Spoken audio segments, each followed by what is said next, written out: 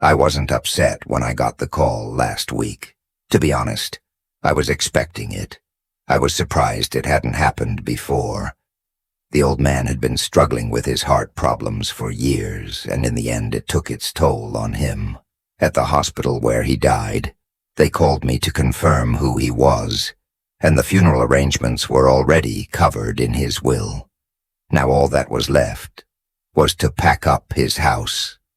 I know. It seems a bit cold to me to talk about him like that. He was my father, after all. The truth is that he wasn't a father in name. He was constantly focused on his work. He was hardly ever home when he was there. He was distant or asleep, usually passed out on the couch at noon on his days off. He didn't talk much about his work. He said it was classified. I only know that he worked in some laboratory studying something quantum. At first I didn't blame him. Not until I was 14 when I came home from school and found my mother passed out in the kitchen. I tried to shake her, do chest compressions, anything that could revive her, but when I found her, she was already cold. Her eyes had the white film that death leaves, and she was stiff. She did not move easily. I called Dad 3 times with no answer before I gave up, and called 911 to report what happened when they did the autopsy. It was discovered that he had an aneurysm completely random. There was no way to predict it or stop it. A nurse comforted me in the hospital while they took his body to the morgue. They also tried to call Dad, but they were as lucky as me. He finally showed up 2 days later with a look that would make Charlie Sheen jealous. He muttered something about being sorry, and sleepwalked to the funeral after. That everything went on the same. I was managing on my own, while he worked naturally. I left there as soon as possible. I went to a good university, got a scholarship and a full scholarship, and I am currently finishing my PhD. Things have been stressful. It is a PhD. I don't know what I expected, but I am managing. I made an agreement with my professors to be away for a couple of weeks, class as I closed everything at home. And here we are. The truth is, going back to my childhood home was amazing. The place seemed immaculate, just a light layer of dust over everything. It almost seemed like I hadn't been back home since I left 8 years ago.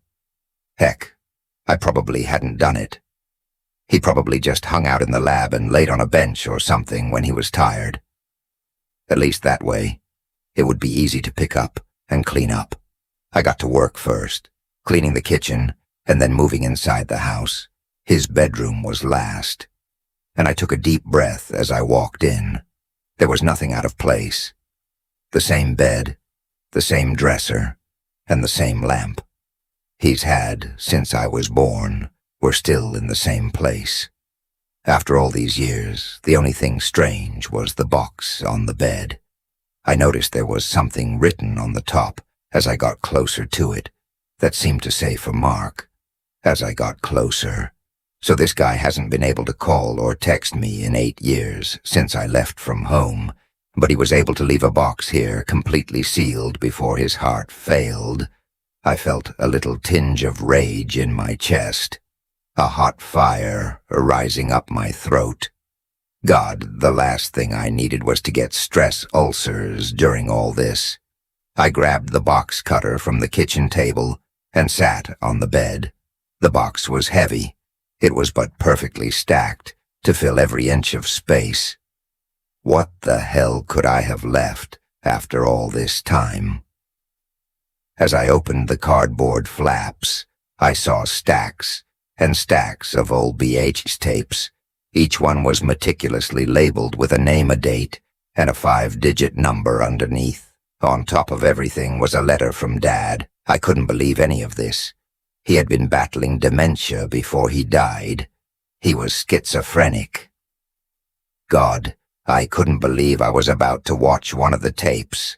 I pulled our old VCR out of storage, plugged it into the TV, and grabbed the first tape in the stack. Into the case that held the tape. There was an envelope with some pieces of paper. I inserted. The tape, sat on the floor and began to watch the report. 17th of December, 1975, Baby Spider Earth, 02258. Broadcast intercepted by cognizant enhanced waves during late-night movie. Hour on television.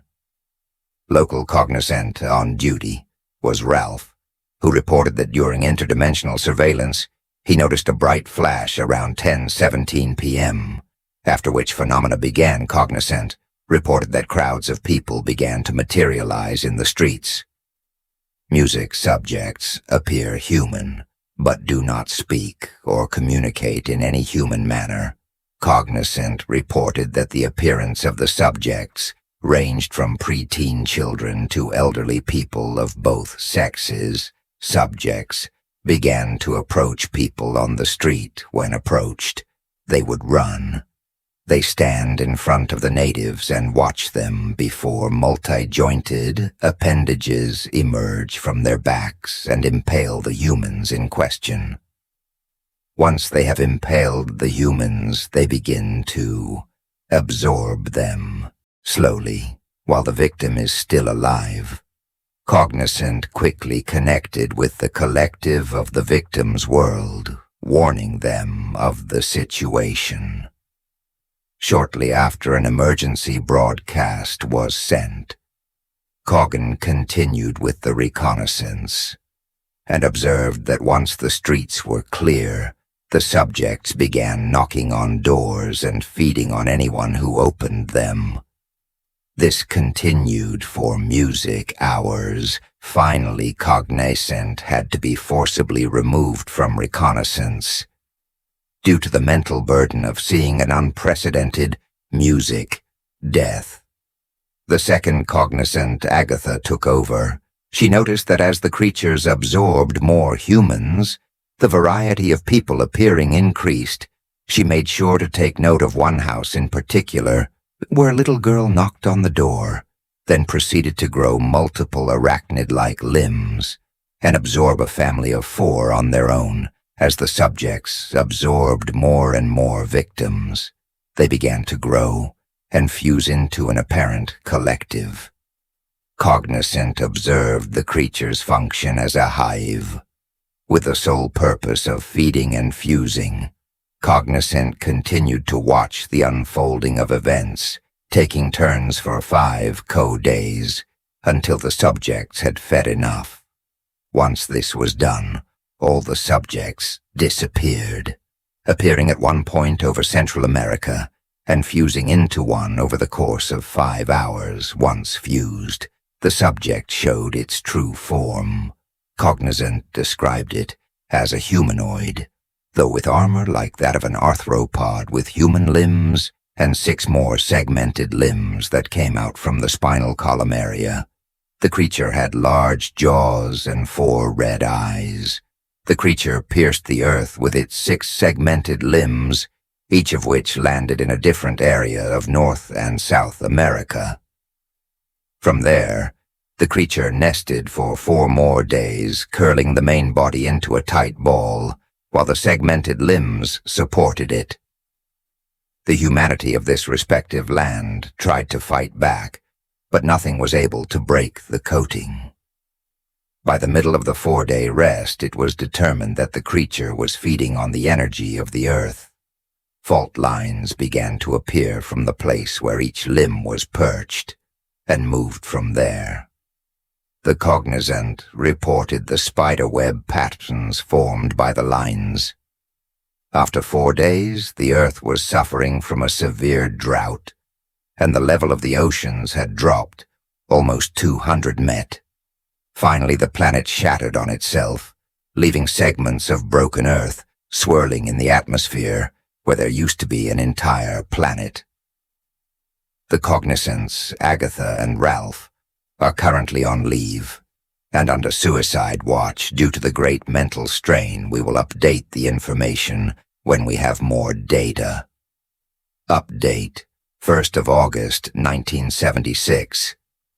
Ralph was found dead this morning in his bedroom, buried against the wall, until he was unconscious. The brain trauma was too severe for him to be resuscitated. Agatha has covered the walls of his room with paintings of large arachnids. There is a black widow spider nestled in the corner of his room when the janitor tried to remove it. Agatha attacked him, claiming he angered the spider god. Music. Jesus Christ couldn't believe what he had just read or seen. I knew the movie. It was Spider Baby, an old horror movie from the 60s. But halfway through the movie, an emergency alert went out telling everyone to stay home and not respond to knocks on the door. Maybe Dad wasn't crazy. Maybe he's trying to trick me from beyond the grave. Editing this himself. Maybe I'm the crazy one, and I'm working on a mental breakdown this semester. I'm going to digitize the warning part of the video and try to upload it. Maybe that will help me make sense of it all. I don't know if I want to see more of these tapes, but I feel like I must. There has to be some connection between everything. There has to be some way to stop these events. I transferred the VOD here. It is. I'll leave a link in the description. I'm going to try to watch the rest of the tapes in the next few months. But I think I'll have to go. Slowly, my head is spinning. Take care, everyone. And I'll keep you informed. I'm going to be honest from the start with everyone. I didn't want to do this update. I don't want to go through with this. I want to destroy these damn tapes and lobotomize. I want to forget that any of this ever happened. I want to forget that I ever had a father. I've gone through a few more tapes, as well as the files they contained. Some were quiet. Just a newscast or a late-night movie with a message from the broadcasting system. Emergency 1 warned of an imminent meteor strike, and then went static. Another would cut off in the middle of an old cartoon with no message or anything. Turns out one showed a universe where a black hole suddenly formed somewhere between Mercury and Venus, collapsing the entire solar system in fractions of a second. No pain, no mess, just something dissolving into nothingness. Yet all this is taking its toll. Looking at all this destruction, all these untold horrors lurking out there in the world, there has to be something out there. To counter this, for every world that ends violently, there must be some world where they've found the cure for cancer or eradicated world hunger. True God, I hope. So, if not, what I have here is a box full of nihilism and analog tape. I've also been doing some more research on what Dad said in his letter, these cognis. That's how they refer to them anyway. Apparently they can see into other dimensions and observe interdimensional beings in our own world. On occasion, the walls between realities break and things slip through them. Most of the reports I've seen refer to them as aberrations. Dad had a couple of files here, about a near-apocalyptic event months ago caused by some rips in our world. I'll transcribe a couple more of the files. Now, I did my best to get the tapes to digital, but some are so old, I didn't make it. The only one I got was accompanied by an old late-night TV movie. This time Night of the Living Dead. At least the other realities still have good movies, I guess. October 18th, 1977, Case Night of the Living Dead Earth 24601. The cognizant on duty today is Agatha, who has largely recovered from her trauma. From earlier in the year, she continues to protect all the spiders she finds. But she has managed to get us to get the brown recluses to a safe area. She doesn't realize that this implies that Robin. I threw them into the incinerator. The universal surveillance on Earth, 4601, was tuned, where Agatha reported that tensions between the United States and Communist Russia were very music high. She also mentioned that the Vietnam War was still going on with a much higher number of casualties among American troops. In addition to the deployment of a new biological weapon based on uranium, known by the code name of Agent Green, the American Army, with the objective of quickly and decisively ending the conflict in Vietnam, as well as intimidating possible enemies, decided to drop a hydrogen bomb on the city of Ho Chi Minh. The devastation caused by the explosion was immeasurable, destroying the entire city and much of the surrounding countryside. However, soon an unforeseen effect occurred that would trigger the end. The nuclear capacity of the hydrogen bomb reacted with the compounds of Agent Green that had been sprayed throughout the Vietnamese jungle. This caused any corpse that was not immediately evaporated by the explosion to begin to mutate, resurrecting from among the dead in a reanimated state. The mutations usually consisted of grotesque fora growing on exposed parts of the skin, additional teeth sprouting on arms, legs, and in some cases, seen in the stomachs of the deceased. Once reanimated, the subjects wandered aimlessly, wandering the countryside and city ruins until they came into contact with someone living. Upon seeing a living being, they became frenzied with the sole objective of attacking and capturing the victim, bringing it close and lacerating its skin with their exposed teeth, while the boils burst, allowing pus to seep into the victim.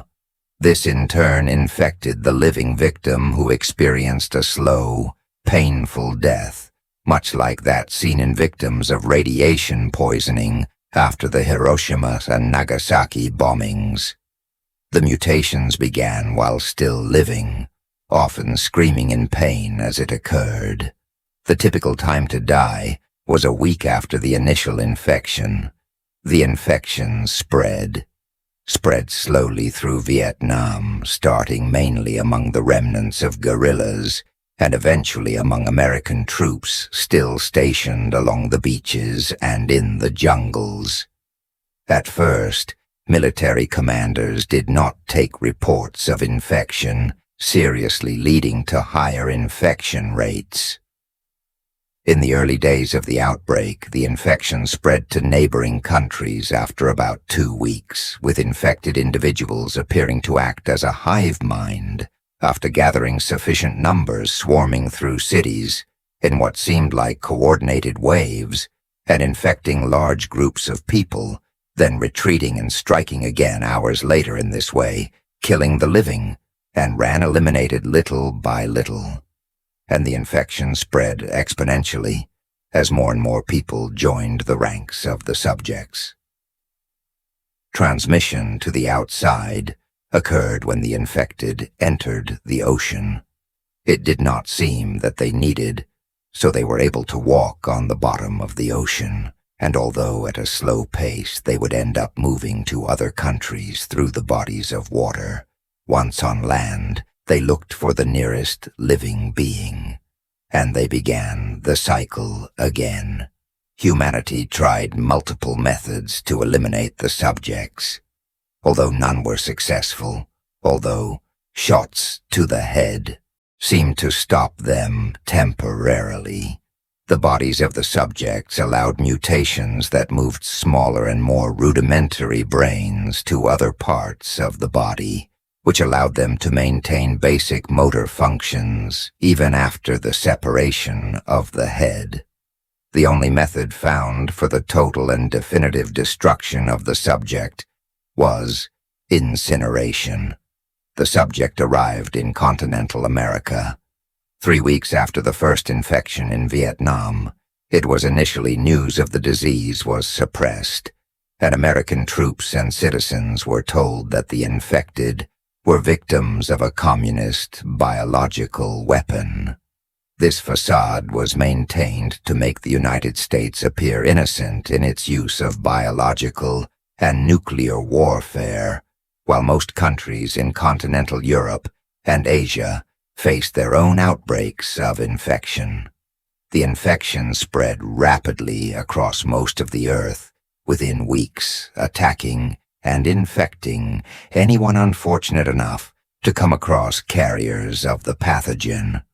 The number of infected grew exponentially in the first few days, soon outnumbering humans by a ratio of 10 to even. The infected began coordinated attacks on surviving communities, systematically uprooting and converting all humans they encountered. In a last desperate attempt to eradicate the disease, the U.S. military conducted bombing raids and dropped nuclear weapons on hordes of infected, traveling in herds. These attacks decimated much of the infected population, but they had unforeseen effects. In those not destroyed by the initial explosions, the radiation strengthened the creatures, turning them into walking nuclear reactors. This, in turn, scorched the ground they encountered, leaving radioactive fallout and infections in their wake. This also ensured that any human within range of the subjects would become infected simply by proximity. Agatha notes that 2 months after infection, there are about 10,000 healthy humans left on Earth. Most have had to adopt a nomadic lifestyle, staying on the move constantly to avoid the roving groups of infected cognizant. Will continue to monitor and update the Music Situation Update, March 20th, 1978. Agatha reports that there are about 300 survivors, most of whom have lost all hope of continuing. The radiation has spread to most of the world's water supply, and storm systems spread nuclear fallout across the land. Agatha that the remaining humans are spread across the planet, and most believe they are the last survivors. The infected are still on the hunt, using their hive mind to develop a network across the world and locate the survivors. Update. July 4th, 1978, Agatha reports that the last human has been killed by shooting himself in the head, rather than being eaten by the infected. Will continue to monitor the dimension for any signs of anomalies and possible aberrations, as well as researching countermeasures in case of aberrations. I still can't believe any of this. It's crazy. How could Dad watch all this, deal with all this, and not go crazy? No wonder he rarely came home to face these horrors. He should have. Music changed it so far. I've just been picking tapes off the top of the stack in the box and going through one by one. I've gone through 3 layers of what I estimate are about 10. At that point, something new. There was a large envelope almost filled to bursting with papers. I opened it, and let's slide out of the case. Everything that's been in this box. I know I didn't sleep for weeks after I was taken to the collective. I never knew such terrors could exist now. I'm honestly happy to die, and not have to worry about any of this if there is a heaven or a hell. It can't be as bad as the things I've seen. What's included in this envelope is double. There's a brief history of the collective. This covers its founding from when we know about parallel worlds, the cognizance, and a brief history of the who's who in the organization. You'll probably be surprised at how many famous historical figures were more special than they seemed. The second part is a file on high-risk aberrations that have crossed our world throughout history. A natural explanation has been given to many events, because the true reasons were too serious for human beings. There are things you will learn here that will scare you, and honestly, they should. Our world is not safe. No world is. This is where I leave you again. I am so sorry, even now, as I write this letter. I am tempted to take it all and burn it. A part of me wants you to continue living in ignorance, not knowing the horrors that lurk in the world. The father in me wants to protect you. But the scientist in me knows that this research must continue. Someone has to do it, and I trust more. Someone I know is smart enough to see the connections I couldn't see. I love you, Daddy. There was a file, along with an old newspaper clipping, kept in a plastic sleeve. The paper was yellowed, and the print had almost disappeared. I could see the edges disintegrating into the plastic. The headline read, "Great Fire Devastates Chicago." There was a file attached. The Great Chicago Fire. Cognizant Martin Ford and his companion were in the city of Chicago making their annual rounds when an aberration appeared as the city. Ford describes the being as humanoid, but composed of pure flame. Burning red-hot, Ford said he tried to make contact with the creature, asking about its intentions in our world and where it came from. The creature seemed indifferent to Ford's presence, looking around before touching the nearest building, setting it on fire. Ford tried to chase the aberration, trying to force it back through the dimensional tear from which it came. The creature did not respond, but continued to advance through the streets of the city, burning buildings in its path. Ford, thinking with ingenuity, began to look for water in the vicinity. He sprayed the aberration and began to push it towards Lake Michigan. Although they managed to move the creature quickly towards the water, the fire continued to spread wherever they went. Local fire crews mobilized immediately to fight the flames. Finally, after a long struggle, the creature was dragged down to the end of the harbor next to Lake Michigan in a heroic sacrifice. Ford's companion Ezra Jennings launched himself at the creature using Ford as a visual guide. Grabbing the aberration, he threw both it and himself into the lake.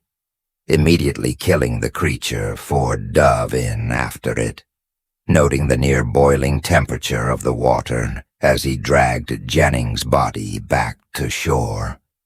Jennings' burns were irreparable, and he died 7 hours after the aberration was destroyed. As far as we know, Ezra Jennings is receiving the highest commendations the collective can bestow, as well as a hefty retirement sum to be paid to his widow and family for generations to come. He will also be remembered at headquarters and in the collective archives as one of our most honored members. I want to puke. One thing was to see those things destroying other worlds and realities, yet the fact that they could stumble upon our reality terrifies me. That's why Dad gave me these files. There are things to take care of, things no one else can see. Hell, not even I can see them. I'm going through all the files I can. I might transcribe some, if I think they're important. However, some deserve to stay, as is, these things shouldn't be known. I don't know if I should keep sharing these things. I don't want other people to know about these horrors. I've barely slept in days, thinking that at any moment, some cosmic terror could burst in and destroy us, tearing our minds into fragments. We could do nothing. I need to think about. This is a long way to go. But I might stop here. Maybe I'll do what Dad couldn't and burn it.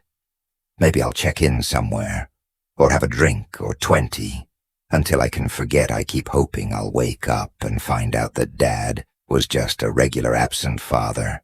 Maybe Mom is still alive, and I've dreamed the last decade of trauma. If I'm lucky, I'm really dying, and all this is just the last delusions as my brain fires every synapse until I die. But here we are. I'm alive, you're alive. Who knows how long we'll be like this?